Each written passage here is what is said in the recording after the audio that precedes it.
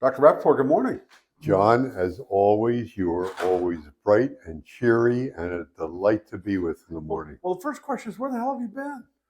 John, I guess Been too long. Where have you been? Well, you and I have been talking. We've avoided any further YouTube tapings, and for no special reason. I'm getting a tad frustrated. Still, endless array of emails complaining bitterly of how miserable they are.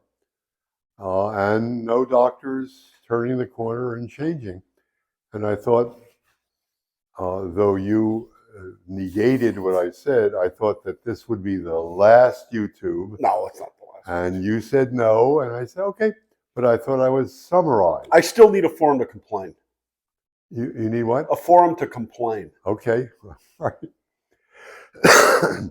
Well, you have very little to complain about. You're good looking, you're smart, you're almost as wealthy as Musk, and you're going to be probably the ambassador to Moscow. Yeah, Moscow. Yeah, Swaziland is more like it. I was going to entitle this, How Many? Okay. I didn't foretell you what I was going to talk about, but I thought I would summarize all of the things that we have been talking about and all of the travails that these poor patients are going through, and none of the doctors are turning the corner to help them. I was going to entitle each of my multiple numbers, How Many? And if I may, if you'll let me. No, yeah, of course. Go ahead. So number one, how many trips were canceled by patients? Probably hundreds. Number two, how many vacations were curtailed and shortened? Probably hundreds because of difficulty with flares. How many play dates for the little guys were canceled by the mothers because the kid was miserable, sick, scratching, didn't sleep all night? How many pre and regular school days were canceled for these young children aged 2 to 6, 7? Hundreds upon thousands. I've gotten emails about that. Okay, here's one of the reasons. How many intramuscular Kenlock shots have the dermatologist, the ear, nose, and throat, and the allergist given in the last 35 years, 40 years? At probably now $80 a shot to the insurance company. Thousands weekly. Thousands for anything red that walks in, anything inflamed, any bad eczema that flares, perpetuating the problem. And I reiterate, $80 a shot. You give 10 of those a day, 50 a week, you can retire, and some doctors are trying to. And it's a wonderful drug. One doctor, no names mentioned, just a couple weeks ago said on this RX Derm talk show to other derms asking questions, help me, etc. One doctor said he'd rather give shots because he's afraid they won't take the cortisone pills if he prescribes them. That is such malarkey, such balderdash. He's getting $80 a shot. Okay, back to the how many. Well, if they are afraid to take it, it's because of you. Well, the patients are afraid, but the doctors are not afraid to give the shot. Exactly. Once the shot's in, they bill the insurance, and and the patient gets better for 2 days, and then flares again. And then the doc says, "I should have given stronger. Yeah. Come in next week. I'll give you double the amount." How many emails from distraught topical steroid addicted patients? 20,000 at least I have received. How many this year already? 700 I've received. I've answered every one of them. All of them the same. I'm miserable. I'm suicidal. I'm depressed. I can't go to work. I can't sleep. How many papers saying bad eczema was cured with our grand new therapies? 0 papers. Absolute zero. How many atopic papers with no good conclusions? There have been 27 that I've counted in the very prominent dermatology and internal medicine journals, all saying, helps, it really is better than placebo, oh, they look better, they feel better. I'm sorry, it's called BS. They're not cured. How many new biologicals were being tested beginning about 6 to 10 years ago? There were 18 of them in 2020 that I counted. Several have come to fruition. Several have been approved. None have been disproved. All of them are being shot into patients, pills, injections. Several of them are advertising on TV, nightly news that must cost millions every night. Well, that may be coming to an end pretty quick. I hope so. Understand. Why don't you tell us why? Tell the audience Well, why. because Kennedy, that's one of the things he's pushing. All big pharma ads, no advertising. Yeah. The way it used to be in the 70s. Yes. And but ask your doctor because you might die. But do ask your In the doctor 70s, before you die. In the 70s, we could advertise cigarettes, but we couldn't advertise Yeah. big pharma. How many ad dollars did Dupixent give to their board? About 200 million. How many ad dollars has Dupixent put in their bank account? Well, Over 100 million. seems like a pretty good investment. They don't They care. made a lot of money. They made some So good it bucks. doesn't work. So it doesn't cure. They get shots every month and they get money for it. But they're not. But they tell you in their disclaimers that it doesn't work. That's why it's not fraud. But that's probably a topic for an entirely different conversation. And you had shown me where they kept saying also, many of them, you can keep still giving the steroids. No, right? not you can. You have to. You have to. Because they'll flare and they will get better.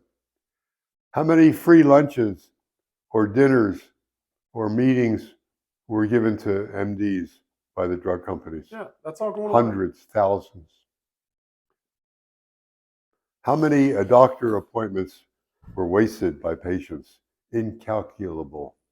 There must have been hundreds of thousands where they walk away angry at their doctor, never to see them again.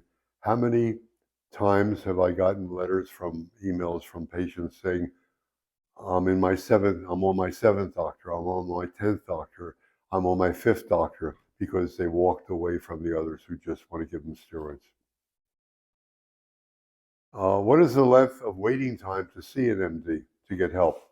Months, and they're miserable. They can't sleep or work. How many potent steroid creams were used on almost all patients? But everybody's seeing these videos, know everything you're saying. But that's why I'm summarizing again. Okay. Hopefully they'll show it to their doctors, or maybe a wizened physician will see our YouTubes and stop doing what they're doing. They're perpetuating the problem. I'm more skeptical. Because I don't want to interrupt you. Keep going. No, okay. I only have a few more. Okay. And then I want to ask you, how are you going to change it? How many valueless patch testing and allergy testings were done? Tens of thousands. Still got my damn scar. How many people have seen our documentary Skin on Fire? 122,000 people. Well, they're not looky-loos looking for entertainment. They're all sick. And that doesn't include the other people that have reposted it and watching it independently, and we're not getting a view count. And I know that's happening. So these are the how manys. So you tell me how you're going to get the doctors to change. Well, it's a little bigger than that, because I'm pretty active in the community, in TikTok and YouTube Shorts, X, and all that, and I see these TSW patients who are on Dupixent, who are doing moisture withdrawal, doing the whole things, and I know that they know damn well who you are. So we're doing these videos, we're putting the information in front of people who can't now claim ignorance. It's not that you're not an unknown, and are continuing to just follow the path of the day. And you go on and rail about Dupixent, and that's fine, and I agree with you. But guess what? There are TSW patients that are taking Dupixent for their withdrawal. And there's nobody that's saying that Dupixent is an appropriate medication for topical steroid addiction. I don't even know how that happened. How did Dupixent become a modality for topical steroid symptom mitigation through withdrawal? Where did that come from? Well, if you send enough representatives into the doctor's They're not saying it. Oh, no, they're saying this will help your patients, doctor. Okay. Is it just a general thing? Well, you know this is eczema. They're going to have it the rest of their life. They need therapy. I'm in contact with some woman. She's like, I'm never going off Dupixent. She's in full-blown withdrawal. And I'm like, watch the videos, watch the movie. I'm not going off. Like, well, so what do you do? What do you do? Well, that is not to belittle the smarts of the average human being who is ill, but they will follow who they think is a leader. They will follow those who they think are honest and sane and scientific. Well, the drug companies are sane and scientific. They're saying this drug was approved by the FDA, therefore it must be good. They're saying, I must use it. Gee, I hope my insurance company will pay for it. Oh, it's $48,000 a year for a year's supply? Oh, I'll figure something out. How about listening to Rappaport? Stop the steroids. I think people feel like they have to do something. Okay. In order to get result, there has to be an action on their part. Okay. And you're running around saying the thing you have to do is nothing. Yeah. And that's counterintuitive to everybody that's hearing the message. I've got to write a check, I've got to take a pill, I've got to do an injection, I've got to put it in the freezer, whatever I have to do, I have to do something. And you're saying, you know what, just relax for the next 3 to 5 years. I'm saying your diagnosis by the doctor is wrong, and he's treating wrong. And I'm saying this is the diagnosis. The diagnosis for addiction, for opioid addiction, is stop opioids. For alcohol, stop alcohol. We'll help you with the pain and the symptoms and the things that go along with it, but stop the damn medication. I think that's one of the undercurrents of the advertising going away for Big Pharma. Because I know damn well, people are walking into the doctors and say, write me a prescription for XYZ. Doctors aren't being able to practice medicine. Oh. And so people are walking in and they're demanding, whatever drug they're demanding, Crestor, whatever. And the doctor realizes, hey, I write this prescription or I lose the patient. True. And now, I'm not saying all doctors. And again, another corollary to that is that many docs are now working for big firms, hospitals owned by business people, hospitals not owned by doctors, hospitals who have a formulary. The drug companies with their reps got to the formulary people and put their drug on the formula. Oh, I got it. Now the doctors are told, these are the drugs we have for eczema. Dupixent is one of them. So the lab tests come back, you're out of range, here's the drug and here's the dosage. We must treat a lab test. Just connect the dots. We don't care if the patient gets better, but we treat the lab test. Yeah, well, it's going to be the pharmaceuticals on the lab test. Here it is. And here's a coupon. You better use this against the lab test because I don't want you to be sued. Oh, cut it out. Stop scaring the doctors. I heard it's 1,000 food ingredients that are going to go away under Kennedy, by the way. 1,000 food ingredients with regard to preservatives, stabilizers, emulsifiers, colors, and all that. And I heard that there was a conversation with regard to an executive order being signed to make these all go away. And the conversation, and I don't even think that's in question. I think that's going to happen. But the conversation I heard from an industry person that's relatively connected, the question was asked, well, what about all the stuff we've got?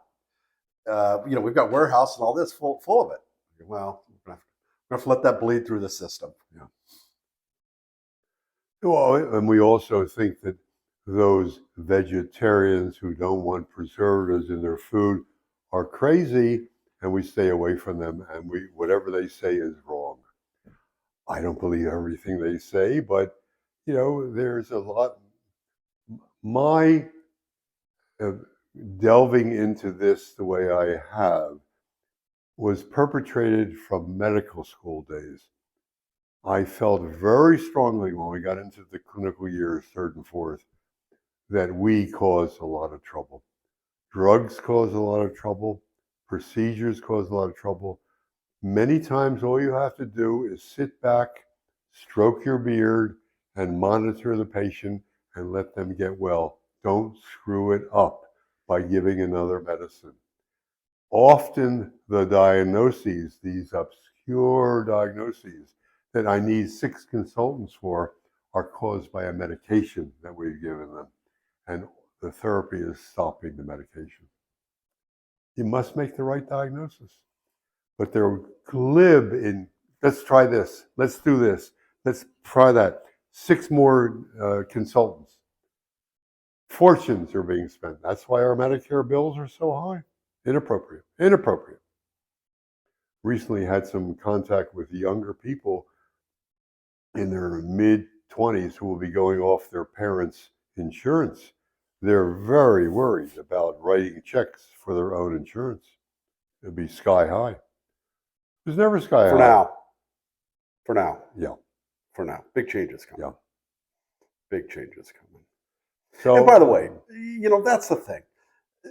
These kids on insurance that cover diseases. I mean, nobody in their 20s has very limited people in their 20s have very serious problems. Of course. And they're funding the entire thing. I mean, come on. Yeah, I never had insurance when I was 24.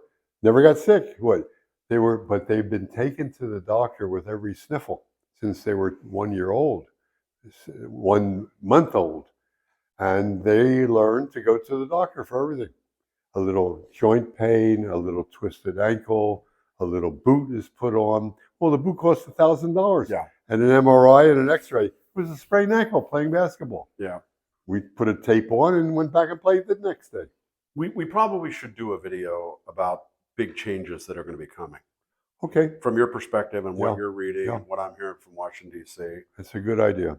We should do it because Yeah. I think there's a sea change coming. It's about time. For some reason, we've written blank checks and nobody questions it until it hits the fan. Yeah. It's got to hit the fan. Yeah. And if we hit the fan, the whole world hits the fan. And it's over. It's over. We must be scientific and proper and do what's right and end this travesty that's been going on. Well, thank you for listening to my complaining about people who have heard your message and are opting to, I wouldn't say ignore it and reject it, but they're just going their own way. And it frustrates me. All right. Well, hopefully we'll get 10 million viewers of this tape and they'll all change their way. All right, good. Let's talk soon. We won't let it go so long this time. Okay. Thank you for your time.